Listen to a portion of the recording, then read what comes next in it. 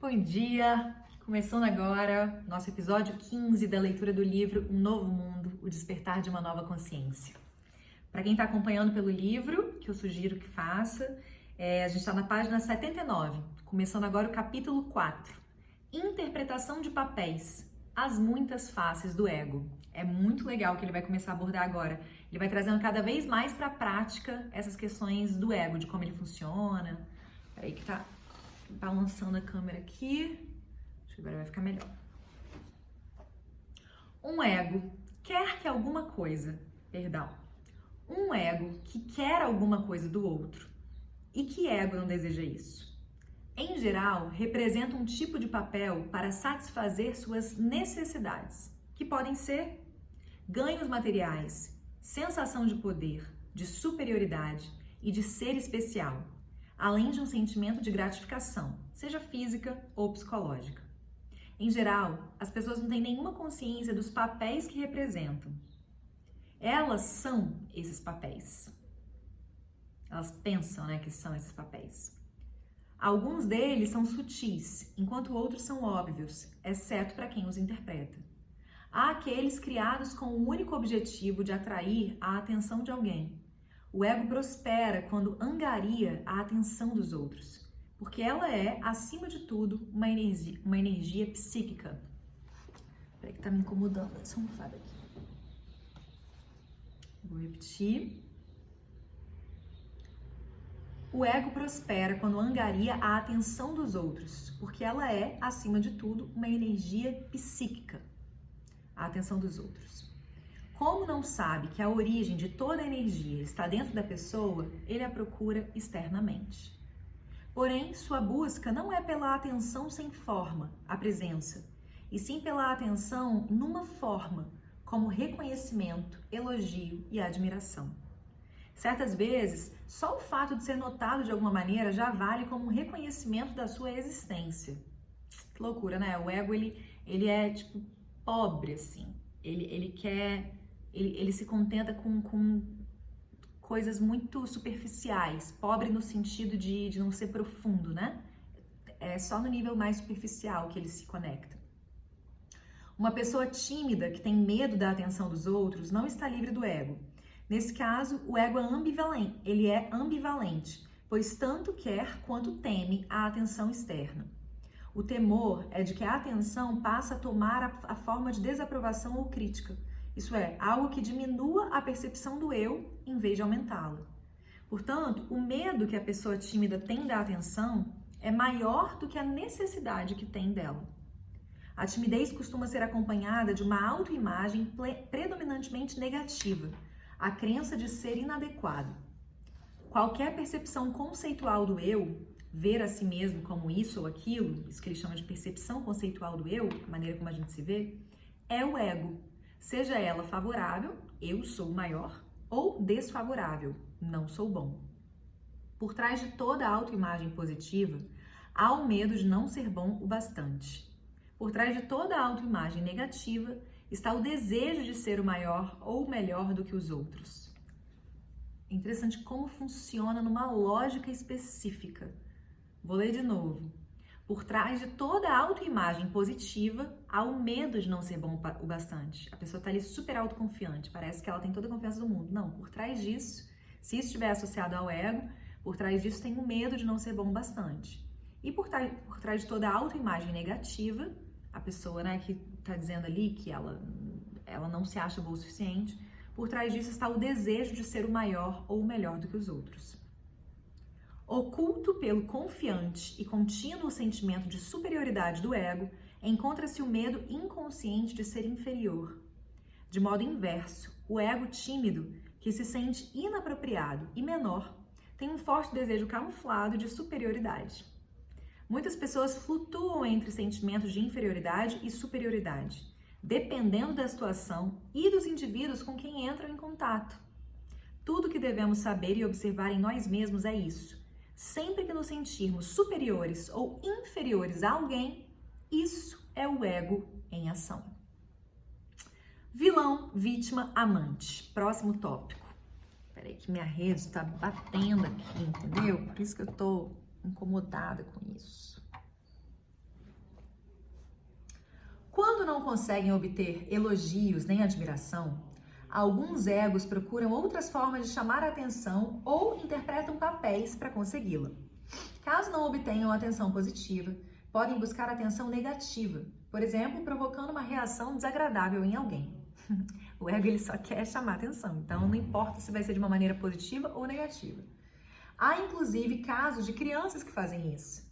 Elas adotam um mau comportamento para se fazer notar.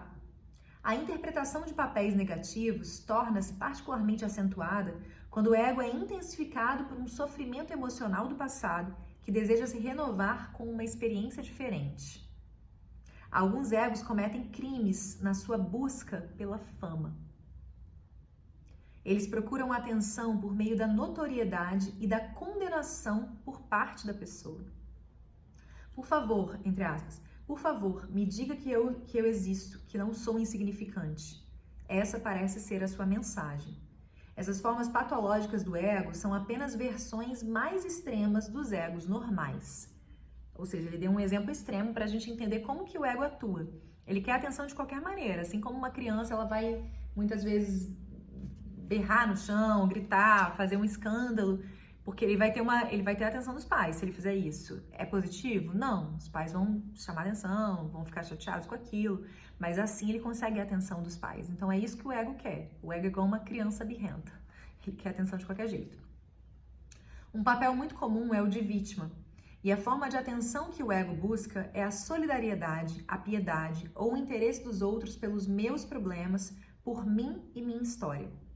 Ver-se como vítima é um componente de muitos padrões egóicos, como queixar-se, sentir-se ofendido, ultrajado e assim por diante. É claro que depois que uma pessoa se identifica com uma história em que assume o papel de vítima, ela não quer que isso termine. E assim como muitos terapeutas sabem, o ego não deseja o fim de seus problemas, porque eles fazem parte da sua identidade. É super complexo isso, tem que abrir um pouquinho a consciência para conseguir entender o que ele está querendo dizer. É claro que na mente, né, de uma maneira lógica, a gente quer que os nossos problemas acabem, mas a maneira como o ego atua é de não querer que esses problemas acabem, porque é quase como se esses problemas fossem ele mesmo, o próprio ego. Então, se eu resolvo esses problemas, o ego morre, a identificação acaba e ele vai querer proteger esses problemas para que ele permaneça existindo. Quando a pessoa está totalmente identificada com o ego, quando ela pensa que ela é isso, ela não quer que esses problemas morram. Então, é bem sutil assim como é que funciona. Vamos continuar aqui. Se ninguém deseja escutar sua triste história, da pessoa que está identificada com o papel de vítima, por exemplo, a pessoa pode contá-la mentalmente para si mesma quantas vezes tiver vontade e sentir pena de si própria. Dessa forma, sua identidade será a de alguém que não está sendo tratado com justiça pela vida, por outros indivíduos, pelo destino ou por Deus. Essa atitude define a imagem que ela faz de si mesma, torna-a alguém. E isso é tudo o que importa ao ego. Ressalto aqui que pelo menos o meu entendimento do livro, ele não está falando de pessoas que realmente sofreram uma situação... A gente sabe que existem vítimas, claro, isso precisa ser entendido. Ele está falando com o fato da gente se identificar com esse papel de vítima e não querer inconscientemente superar isso, passar para um outro estágio. Quando o ego está ali comandando e ele fica enraizado com aquele sentimento para ele poder permanecer existindo. Isso é completamente diferente da pessoa ser realmente uma vítima. A pessoa ela sofreu, vamos por um abuso, ela é uma vítima, ela foi vítima daquilo. Mas o que ele sugere é um comportamento para a pessoa se desassociar disso que aconteceu para ela poder dar passos, né, caminhar, em vez de permanecer presa, vinculada a isso que aconteceu. No início de muitos relacionamentos chamados românticos, a interpretação de papéis é bastante comum no sentido de atrair e manter a pessoa que é percebida pelo ego como aquela que fará o indivíduo feliz, especial e satisfará todas as suas necessidades. Eu interpreto quem você quer que eu seja, enquanto você representa quem eu desejo que você seja. Esse é um acordo implícito e inconsciente. No entanto, a interpretação de papéis, a gente não ser a gente mesma, a gente interpretar um papel porque a gente acha que a pessoa gosta daquele papel, é um trabalho árduo que as pessoas não conseguem sustentar por um tempo indefinido, sobretudo depois que começam a viver juntas. O que vemos quando esses papéis se acabam? Na maioria dos casos, ainda não a verdadeira essência do ser, mas aquilo que a encobre. O ego em estado natural, despido dos seus disfarces, com os sofrimentos que traz do passado e seu querer insatisfeito, que agora se transforma em raiva, provavelmente direcionado ao parceiro ou à parceira por ter deixado de remover o medo subjacente e o sentimento de insatisfação, que é uma parte intrínseca da percepção egóica do eu.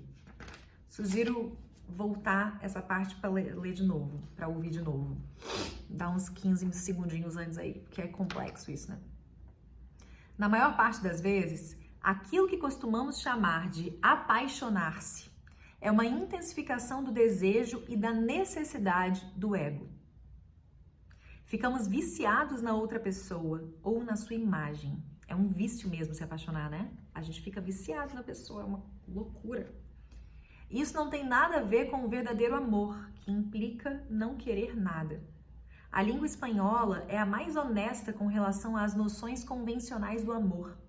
Te quiero significa tanto quero você quanto te amo. A expressão te amo, que não tem essa ambiguidade, dificilmente é usada, talvez porque o verdadeiro amor seja de fato muito raro. Está dizendo que na maioria das vezes que a gente ama uma pessoa, a gente quer essa pessoa, né? Próximo tópico, abandonando as definições pessoais. À medida que as culturas tribais evoluíram para as antigas civilizações, determinadas funções começaram a ser atribuídas às pessoas. Governador, sacerdote, guerreiro, agricultor, mercador, artesão, operário, etc. Desenvolveu-se um sistema de classes. A função de cada um, que na maioria das vezes já estava decidida desde o nascimento, estabelecia quem a pessoa era aos olhos dos outros, assim como aos seus próprios olhos. A função tornou-se um papel, mas não era reconhecida como tal. Ela era o próprio indivíduo ou o que este pensava que era. Naqueles tempos, apenas raros seres, como Buda e Jesus, viam a completa irrelevância das castas e das classes sociais. Naqueles tempos, apenas raros seres, como Buda e Jesus, viam a completa irrelevância das castas e das classes sociais e consideravam-nas identificações com a forma da pessoa que ela está vivendo naquele momento, não exatamente o que ela é. Eles foram capazes de entender também que essa identificação com o que é temporal e condicionado obscurece a luz do que é eterno e não condicionado e que brilha em cada ser humano. No mundo contemporâneo, as estruturas sociais são menos rígidas, menos definidas do que costumavam ser. Embora as pessoas, em sua maioria, ainda sejam condicionadas pelo ambiente, elas não são mais automaticamente investidas de uma função e de uma identidade. Na verdade, hoje em dia, é crescente o número de indivíduos que se sentem confusos quanto ao lugar ao qual se encaixam, ao seu propósito e até mesmo a quem eles são. Costumo parabenizar as pessoas quando elas me dizem, não sei mais quem eu sou. Igual ele falou ali agora há pouco que quando... Como era? Quando... Deixa eu ver se eu acho. Não tô achando aqui. Mas que eu até dei o exemplo da vela, né? Que se algo se acende aqui, outro já se apaga ali. Se a gente coloca luz sobre algo, de alguma maneira isso já começa a se dissolver. Me perdi. Sim, não sei mais quem eu sou. Ele costuma parabenizar as pessoas quando elas dizem, não sei mais quem eu sou. Que de alguma maneira, se você não sabe quem você é começa a aparecer, sem você precisar fazer esforço para descobrir. Então elas ficam perplexas e me perguntam se é bom estar confuso. Eu lhes peço que reflitam sobre isso. O que significa estar confuso? Não sei não é sinônimo de confusão. Confusão é, eu não sei, mas deveria saber. Ou, não sei, porém preciso saber.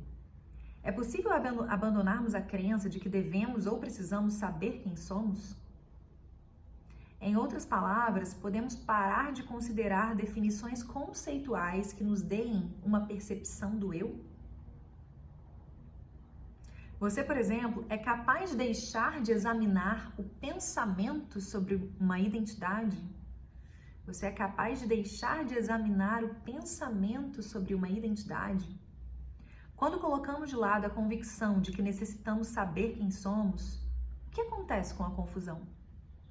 De repente, ela acaba.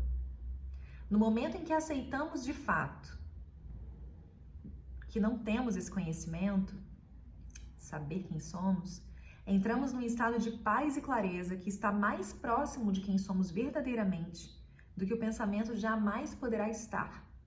Usar o pensamento para nos definir é algo que nos limita. Usar o pensamento para nos definir é algo que nos limita. A gente nunca vai poder definir quem a gente é, o que a gente é, porque é outra linguagem, é outra forma de linguagem, é outro tipo de dimensão, é na frequência da consciência, é indefinível, é infinito. A nossa linguagem, ela ainda não abarca isso inteiramente. Obrigada pela companhia, até amanhã.